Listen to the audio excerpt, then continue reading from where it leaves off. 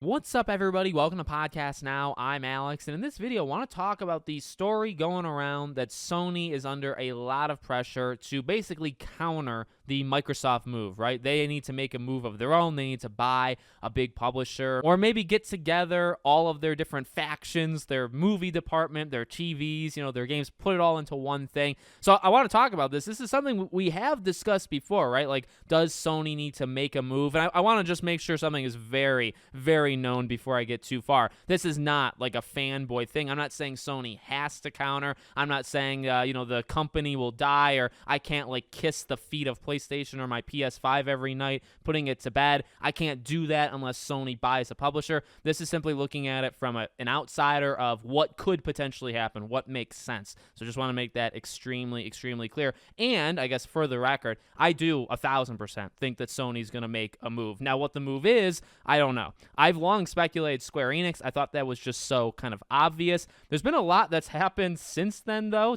Flat out, right? Like, you have the Final Fantasy thing, and for the record, again, I actually love 16. I thought 16 is one of the better games that came out this year, but what that did to Square Enix, I think it's largely blown out of proportion. I think Square Enix wanted Final Fantasy 16 to kind of save their entire company, and their like 8 other failures of the past couple years, and obviously it couldn't do all that, but it has been stuff that's gone on where it's like, well, doesn't make sense for Sony to do it. Is Square Enix almost afraid of it? Then you have Square Enix and Xbox now, right? Like the swapping of the top brass at Square Enix and working with it. And again, not from a fanboy thing, simply, well, if Sony was going to do it, it probably would have made sense to do it like a year or two ago. Now they're making deals with Xbox and they seem more neutral, more like normal, you could argue, right? Like, so could Sony actually do that now? I don't know. I think the odds honestly have dropped. Now, at the same time, you go in there to Square Enix and you pitch them an offer and you put the money on the table and maybe they say, yep, that's good. Like that way we can not stress ourselves and have heart attacks of our company going bankrupt and stuff. You just buy us, right? So it could easily happen, but Square Enix has always been the one that I've thought of. Beyond that, and like this is what the article has gone into too, the analysts believe they're going to make a move, okay? And they would probably, or there's a possibility you would do it through gaming. You could also do it where it's maybe like a subscription service-like thing where you bring together all of Sony products.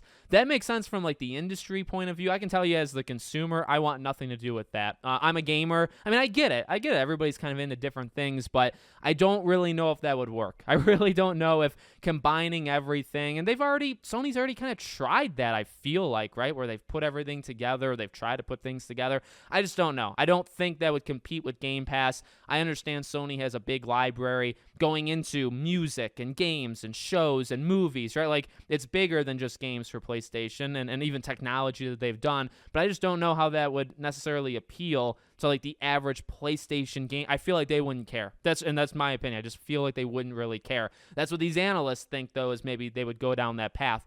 Beyond that, they did say, like, flat out, from the gaming side, if they wanted to compete purely through gaming, the only thing they can think of that would be, a needle mover would be buying Take-Two. And Take-Two is just way too, right? It's somewhere in like the 25 to $30 billion range, right? And it's just not going to happen. Sony does not have that kind of money. I'm sure there's some ways, like, we've talked about this again back in the day, years ago, where it's like, I don't know, there's a lot of economic, these people that are in control of Sony's money. I guess there are probably some ways of doing it, but I just can't imagine, like the point I'm trying to get across. I don't think it would be that big dog. I don't think it would be the Take-Twos of the world. I think you'd have to look to a smaller sense of Square Enix has always made sense because they are cheaper. The rumor was, right, that Sony maybe wants to get them, but they do not want their Western games. They only want the Japanese side, so maybe that makes them even cheaper still, right? But then you look to like the EAs of the world, the Ubisofts of the world, the Segas of the world, and it's like, I do think all of these eventually get bought up, right? Like there was that report we talked about with Disney maybe looking to buy EA. That one would absolutely suck, so I really don't want that to happen, but it seems like Ubisoft has wanted to sell themselves for like 6 years and just nobody wants them. You look at Sega. Sega, I think, gets bought by Microsoft to just feel like the writing's kind of on the wall. However, like I just said, the writing felt like it was on the wall for Sony and Square Enix, and it always has felt the past 3, 4, 5 years with just all the stuff, all the collaborations, let's say, right, that Microsoft has had with Sega. It's just always felt like that was going to happen. But you know what? maybe the reverse, the same thing with Square Enix happens, but in reverse, where Sony kind of walks into Sega and says, hey, let's start talking. I don't know. There's also things that change all the time with Sony, right? Like some of the top people have retired or left and they've been kind of replaced. So the mentality of PlayStation and Sony in general, like, is it still there, what it was a few years ago? It's tough. It's really hard to predict. I guess this is why, like, normally when it comes to these big acquisitions, rumors, like, there always will be rumors, but it's just very hard to accurately predict it, right? Like I said in the beginning of the video, I stand with it. I do think Sony's going to make a move, and I think Sony makes a move with games, okay? They maybe will do the subscription, putting everything together. That might happen, okay? But I do believe Sony's going to try, even though, I mean, they bought Bungie. I mean, that is technically a move, and that kind of happened during this whole saga, this whole arc, right? But at the same time, I think they do it again, and I think they probably go a little bit bigger than Bungie. So, who they go for, again, I go back to the Ubisoft, Square Enix, Sega, EAs, because I do think all of those get eaten up eventually. Not necessarily, I mean, for sure, not all by Sony, not all by Microsoft, right? Like, it's going to kind of be scattered. Tencent might come in and drop a bomb on it, or Disney just decides, hey, what the heck, we'll ruin something today, we'll buy you. It's going to happen. And it's just, okay, well, you have to divvy it up, and who's going to go to what, and that's very hard to predict. So maybe I'll just continue to make the safe bet. I think it's just always made sense, like Square Enix, right? Because you have the Final Fantasies, you'd have Kingdom Hearts. Life is Strange is Square Enix, although they don't want the Western games, so I guess they maybe don't want Life is Strange. So I think that makes sense. You could argue, does that move the needle? And I would agree. I actually would agree with the anti-statements, right? Because it's like, does Sony need to buy Square Enix? And it's a longer discussion to keep it as short as possible. I think it does help. It would help them. On the other side of things, though, you could say, well, they've made so many like exclusivity deals. They're kind of already owned I mean, not really, right? That's the tough thing. They've had so many deals that you could argue it, but I guess one thing I would say is you'd be stopping this Xbox thing from happening, right? That's one thing that I think Sony's gotten a little too complacent on, or they've kind of sat back on their hands, right, and watched.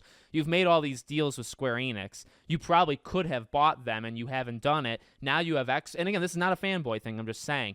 Then you have Xbox coming in, or Microsoft, and now they're kind of cutting those links, let's say, right? You had all these links with Square Enix with all these exclusivity deals, and then Microsoft comes in and kind of snips them all and says, well, let's try to be more even, right? Let's try to just do it where we get Final Fantasies as well, right? And it's like, that's fine. I mean, again, from a non-console fanboy, that's totally fine. From Sony's point of view, though, it's like, well, we maybe should have bought them, because then Microsoft can't come in and ruin these exclusivity deals. We could just outright own them, right? And that's just why I think Square Enix still makes the most sense, even though, do they really need them? Probably not, because you could just keep trying to make deals with them. But if they're not going to do those deals anymore, then you lose that, right? Then you have to either buy them or move to making deals, I guess, with somebody else. But, the Take-Two thing would be massive. Just to throw that out there, buying Take-Two would be enormous for whoever does it. I think, man, I mean, like, I'm not into COD, right? I've said that before. Even Diablo, I'm not super into. So